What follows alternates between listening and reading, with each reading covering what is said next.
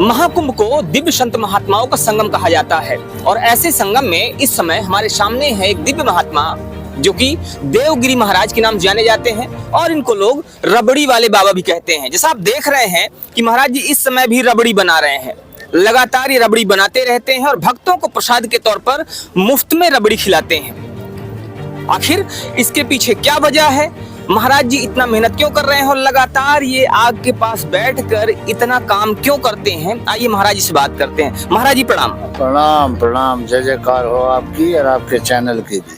महाराज जी जैसा कि लोग आपको जानते हैं, आपको रबड़ी वाले बाबा कहा जाता है और लगातार आप रबड़ी बनाते रहते हैं, भक्तों को आप मुफ्त में रबड़ी खिलाते हैं, क्या वजह है इसके पीछे? ओम माइक थोड़ा पीछे करो।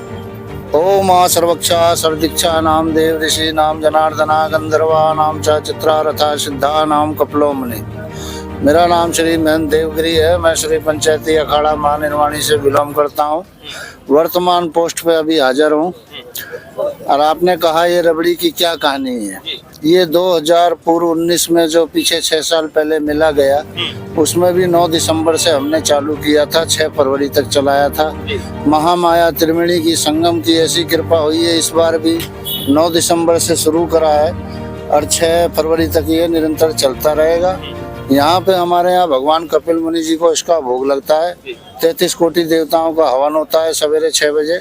उसके उपरांत यहाँ आए गए सभी साधु संतों को, भक्तों को, मीडिया कर्मचारी को, पुलिस कर्मचारी को, फोर्स कर्मचारी को, आर्मी को, सफाई कर्मचारी को, कुंभ में जो भी लोग पधार रहे हैं सब इस रबड़ी का प्रसाद पान ग्रहण कर रहे हैं। ये रबड़ी त्याग की रबड़ी है, तपस्या की रबड़ी है, ज्ञान की रबड़ी है, वैराग्य की रबड़ी है, भक्ति की रबड़ी है। महाराज जी देखा ये जाता है कि जितने भी संत महात्मा हैं, हालांकि अन्य क्षेत्र सभी चला रहे हैं, लेकिन आपका ये विशेष जो अन्य क्षेत्र चल रहा है रबड़ी का ही क्यों? आत्मा सो परमात्मा, परमात्मा सो परम गति। मैं श्री भगवती महाविद्या काली का उपासक हूँ। 2019 में माता जी की मेरे को प्रेरणा हुई थी, ब्राह्मणम मधुरम प्रियम, कुछ मीठा मिष्ठान बांटा जाए। तो मेरी आत्मा ने यही सुझाव लिया कि कई लोगों पे तो पैसा रहता है, आराम से खा लेते हैं, आराम से चल लेते हैं, आराम से फिर लेते हैं। कई सहाय असहाय लोग ऐसे भी कुंभ में आ रहे हैं जिनके पास कोई व्यवस्था नहीं है, तो उनको इस जरिए थोड़ा महामाया का ये प्रसाद मिलता है तो उनको थोड़ा तृप्ति रहती है। तो महाराज जी कह रहे हैं कि महाराज जी जो यहाँ पर लोग आते हैं उनकी तृप्ति के लिए काम करते हैं। महाराज जी कैसे संभव होता है, चूंकि यहाँ पर लाखों श्रद्धालु, करोड़ों श्रद्धालु आते हैं और सबको रबड़ी का प्रसाद खिला पाना, चूंकि ये एक बड़ा ही कठिन काम भी है और साथ ही साथ बड़ा महंगा काम भी है। मेरे पास 20 बीघा गुजरात में जमीन है। मैं 12 महीना मेहनत करता हूँ और जो भी कुछ कमाता हूँ कुंभ में आके सब रबड़ी खिला के चला जाता हूँ। जो कुछ भी दक्षिणा किसी से लेता नहीं, कोई अपनी श्रद्धा से यहाँ डालता है तो वो गौशाला में चले जाता है चारा के नाम पे। तो महाराज जी 12 महीना मेहनत करते हैं और जब महाकुंभ आता है तो यहाँ पर भक्तों को रबड़ी खिलाकर चले जाते हैं। किसी से दक्षिणा के लिए भी नहीं कहते, अगर कोई दक्षिणा देता है तो भी ठीक है, और वो जो दक्षिणा आती है वो दक्षिणा गौशाला में चली जाती है। महाराज जी ये जो त्याग है, ये तपस्या है, क्या लगता है कि इससे जो महाकुंभ है, महाकुंभ में क्या प्रभाव पड़ने वाला है? और चूंकि आध्यात्म जगत से आप जुड़े हुए हैं तो इससे क्या चीजें होने वाली? ऐसा है, एक कुंभ होता है, एक महाकुंभ होता है, ये महापूर्ण कुंभ है।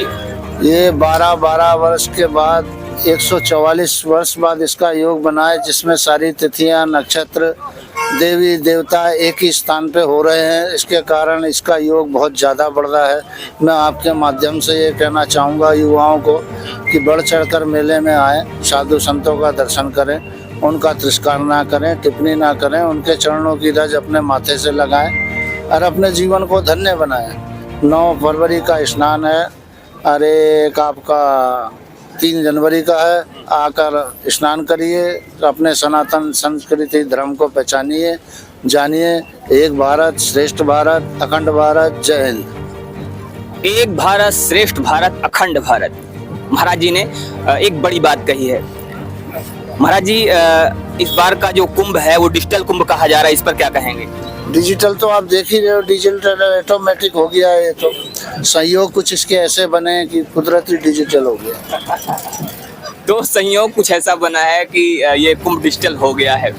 महाराज जी, इस कुंभ को लेकर कई सारी कई सारी बातें भी हो रही हैं और तरह तरह की टिप्पणियां की जा रही हैं। अभी वक्फ बोर्ड की टिप्पणी हुई थी कुछ दिन पहले, इस पर क्या कहना है आपका? मैंने पहले ही कह दिया, एक भारत श्रेष्ठ भारत अखंड भारत, ज्यादा कुछ टिप्पणी मेरे को करनी नहीं है और वो होके रहेगा, ये निश्चित है।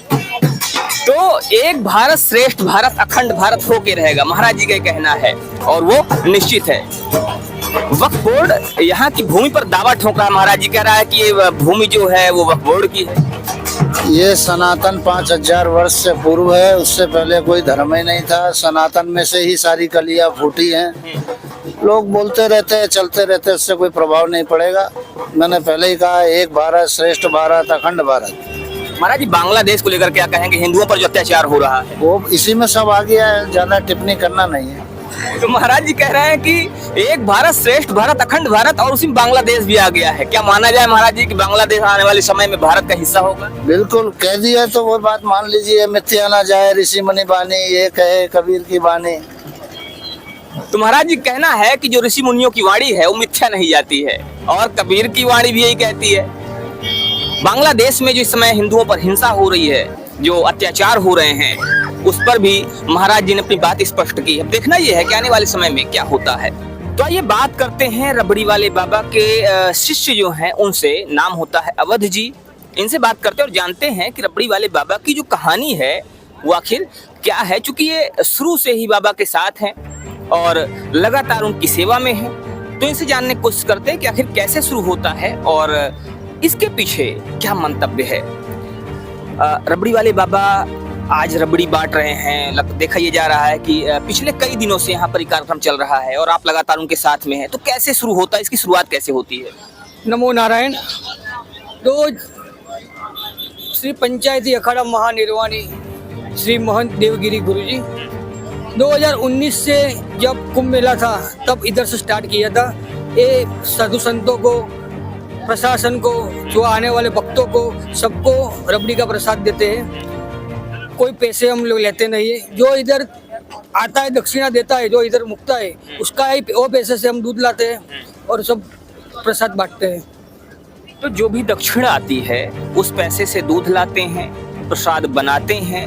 घंटों की मेहनत होती है और भक्तों में निःशुल्क बांटते हैं। किसी के ऊपर कोई दबाव नहीं होता कोई पैसे दे। जिसकी स्वेच्छा होती है, श्रद्धा होती है, वो 5 रुपए, 10 रुपए, 20 रुपए जो भी दे देता है। वही यहाँ ये जो सारा कार्यक्रम हो रहा है उसके लिए वही पैसे यूज किए जाते हैं। कैसे शुरू होता है कार्यक्रम, की शुरुआत कब होती है? 6 बजे हमारा गुरुजी है कपिल गुरुजी, उनको भोग चढ़ता है। उसके बाद सब प्रसाद बांटते हैं। दिन का 120 या 30 लीटर का प्रसाद इधर बनता है। ठीक है, सुबह 24 घंटे चालू रहता है। 2:30-3 बजे तक हम लोग रात को इधर बैठते हैं। उसके बाद बंद करते हैं, 3 घंटे हम लोग सोते हैं। सुबह 6 बजे से वापस कार्यक्रम चालू हो जाता है। तो मतलब 24 घंटे में मात्र 3 घंटे आप लोग सोते हैं। तो वही 3 घंटे मतलब रात लगभग 2-2:30 बजे तक ये कार्य चलता रहता है और उसके बाद 3 घंटे के लिए बंद होता है, जिस समय नित्य क्रियाएं की जाती हैं। उसके बाद फिर से सुबह ये कार्य शुरू हो जाता है और अनवरत चालू रहता है। वो समय कौन सा था, वो दौर क्या था जब इसकी शुरुआत आप लोगों ने किया था? जब इधर 2019 में जब कुंभ मिला था तो हमारे जो गुरुजी है कपिल भगवान, उनका प्रिय भोजन है स्वीट है। तो जो भी ब्राह्मण होता है उनका प्रिय भोजन है स्वीट है। तो इस हिसाब से हम लोग सबको मीठा खिला रहे हैं। एक बात कही जाती है और अभी रबड़ी वाले बाबा यानी गुरुजी ने भी एक बात कही थी, ब्राह्मण मधुर प्रियम। ब्राह्मण को मधुर प्रिय होता है, मीठा प्रिय होता है। और कपिल भगवान जो कि आराध्य देव हैं महानिर्वाणी श्री पंचायती अखाड़े के, उनको भी मीठा पसंद है, मीठा प्रिय है। और इसी बात को ध्यान रखते हुए इस विशेष कार्यक्रम की शुरुआत की गई, जिसमें कि रबड़ी का भोग प्रसाद सबको बांटा जाता है। आम जनमानस को रबड़ी का प्रसाद दिया जाता है, वो भी निःशुल्क। जो भी लोग आपको देख रहे हैं और ये विशेष जो मुहिम है आपकी, इस पर आम लोगों से क्या कहना चाहेंगे? हम तो यही कहेंगे, ये 144 साल के बाद एक कुंभ मेला आया है। जो भी भक्तों है वो आओ, हिंदू धर्म में देखो, साधु संत के आशीर्वाद लो। सब इधर तपस्वी लोग आए हैं, साधु संत, कोई हिमाचल से आए, कोई पंजाब से आए, सब अलग अलग जगह से सब लोग साधु संत इधर आए, उनको आशीर्वाद लो और उनके साथ हिंदू धर्म की, संन्यास धर्म की बात सुनो। हम तो यही कहते हैं सब भक्तों को, आप आओ, स्नान करो, गंगा स्नान करो। 144 साल बाद पूर्ण महाकुंभ आया है। तो 144 साल के बाद ये पूर्ण महाकुंभ आया है और कहना ये है कि यहाँ पर देश दुनिया के अलग अलग हिस्सों से साधु संत आए हुए हैं। आप सभी आए और जो सनातन की खूबसूरती है, सनातन खूबसूरती देखें। एक समय ऐसा था जब ऐसे ही कुंभ मेले में सम्राट हर्षवर्धन आया करते थे और अपनी पाई पाई वो यहाँ पर दान करके जाया करते थे। आज भी वो परंपरा, वो प्रथा मरी नहीं है। आज भी यहाँ पर लाखों लोग आते हैं और अपनी चीजें, अपना सारा जो धन वैभव है वो दान करके जाते हैं। रबड़ी वाले बाबा उसी का एक उदाहरण है। तो आपको ये विशेष कवरेज कैसी लगी हमें जरूर बताइएगा। मिलते हैं फिर से, तब तक के लिए जय हिंद।